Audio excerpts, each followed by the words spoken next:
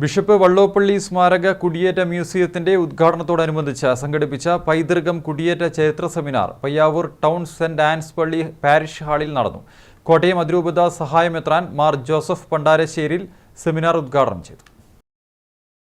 Bishop Vallopilly സ്മാരക കുടിയേറ്റ മ്യൂസിയത്തിന്റെ ഉദ്ഘാടനത്തോടനുബന്ധിച്ച് സംഘടിപ്പിച്ച പൈതൃകം കുടിയേറ്റ ചരിത്ര സെമിനാറാണ് കോട്ടയം അതിരൂപത സഹായമെത്രാൻ മാർ ജോസഫ് പണ്ടാരശ്ശേരിൽ ഉദ്ഘാടനം ചെയ്തത്.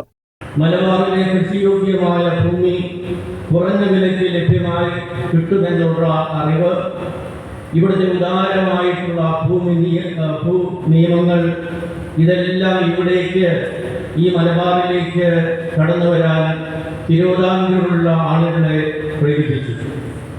1953 തലശ്ശേരി രൂപത സ്ഥാപിതമാകുന്നത്. അതിനു മുൻപ് കുടിയേറ്റങ്ങൾ ഇവിടെ നടന്നിട്ടുണ്ട്.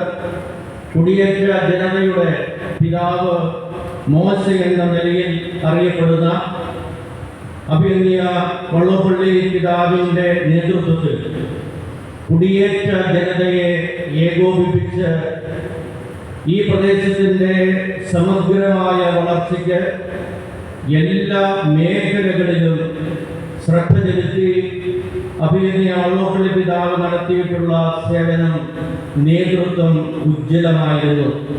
വിവിധ വിഷയങ്ങളിൽ Deepika chief editor reverend doctor George Kudilil, doctor Joshy Mathew, doctor P Sajimon, സാഹിത്യകാരൻ കൽപ്പറ്റ നാരായണൻ, വയാട്ടുപറമ്പ് ഫൊറോന വികാരി reverend doctor Thomas Thengumpallil, doctor Akhil Thomas എന്നിവർ പ്രബന്ധങ്ങൾ അവതരിപ്പിച്ചു. സമാപന സമ്മേളനം തലശ്ശേരി അതിരൂപത ആർച്ച് ബിഷപ്പ് മാർ ജോസഫ് പാംബ്ലാനി ഉദ്ഘാടനം ചെയ്തു.